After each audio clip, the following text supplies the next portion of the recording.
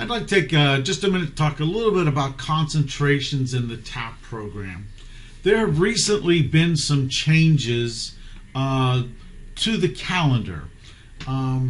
Historically, we had embedded in the calendar 9 credits of courses that were designated to be concentration courses.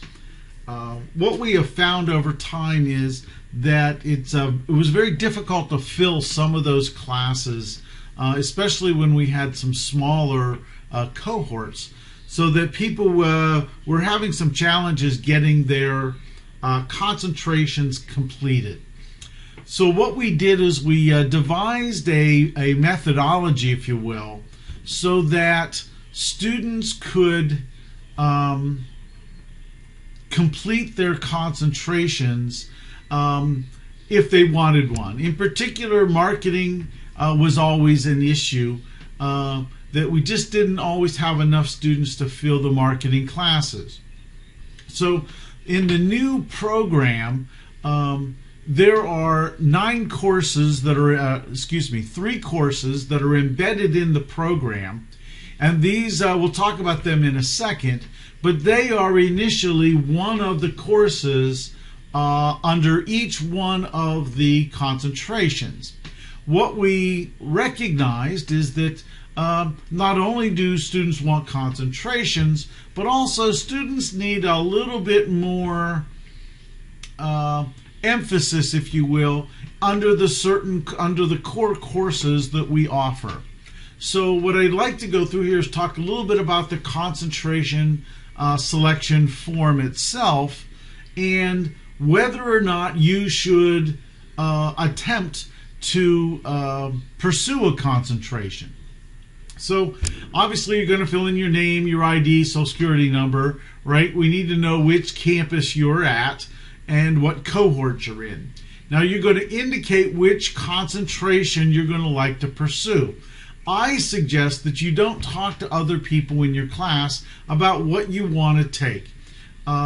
This gives us more information as to which concentrations we should offer. Maybe we should be offering different concentrations. But without this information, it's very difficult for us to plan what's most desirable by TAP students themselves. So let's imagine you've come into the program with 60 credits. All of those credits have been assessed and have been applied to the Thomas More curriculum. So there are no core requirements required. There's no liberal arts core required.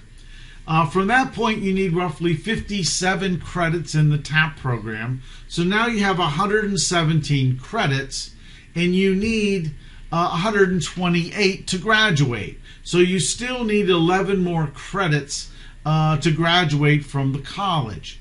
So if that is indeed you, then how you fill those last credits, quite frankly, is up to you. But I would think that you would want to fill that need with some elective business courses, in particular a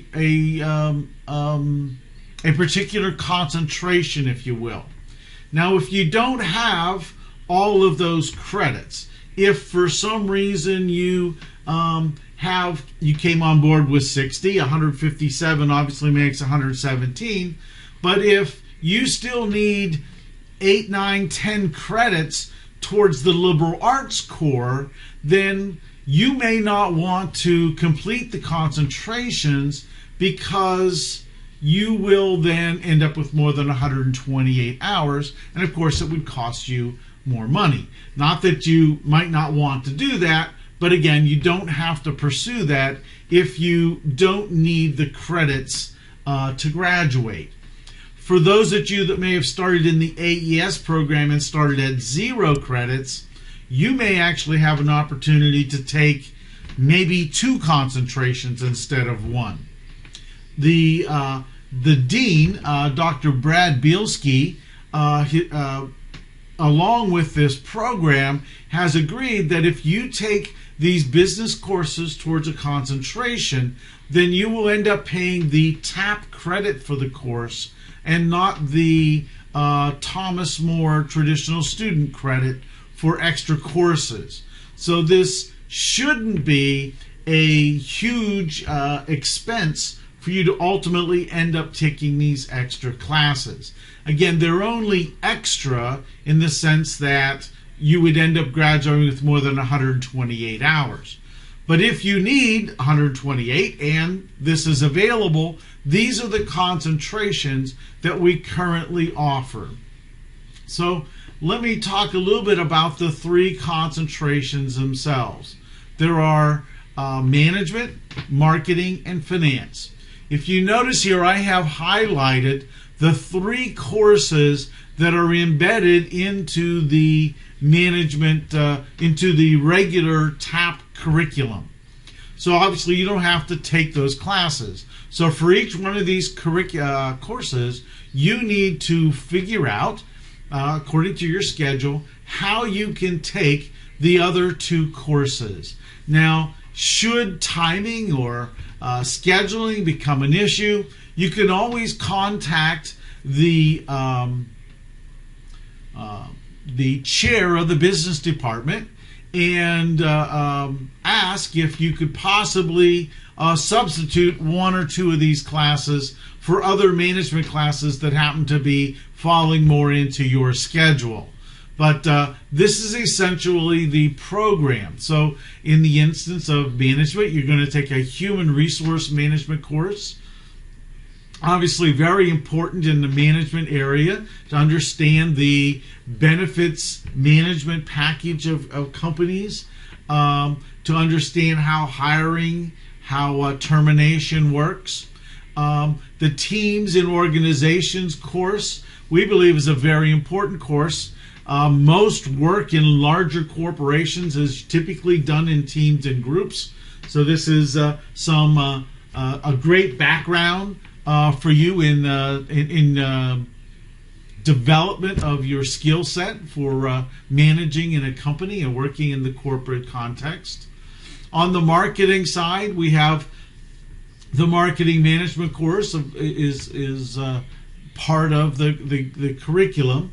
Marketing research is really where the real work, I guess I might offend some marketing people, but it's where the exploration of understanding consumers and how they are portraying themselves in real life. In other words, you're going to study the buying patterns. You're going to look at the analysis and the surveying that goes on within the marketing area to try to understand what types of marketing programs would work best and identify products, etc. Consumer behavior is a more of a generalized course that just explores how consumers act in public, right? So it really isn't product specific. It is geared to understanding the psyche, if you will, of the buying public in our economy. On the finance side, we have the financial planning course. I think is a course that everybody should take. That's why we put it in the core curriculum, because you need to understand something about your personal finances, and that's really one of the goals is for you to explore and understand your own personal financial situation. The rest of the finance curriculum currently is geared towards financial services. So the other 2 courses, one is investments, which is an exploration of the basic tools used in investing.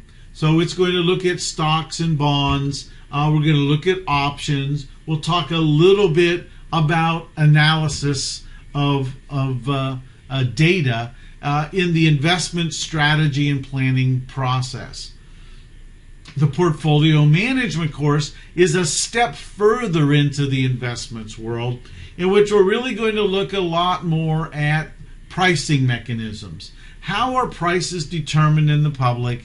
How do consumers make choices?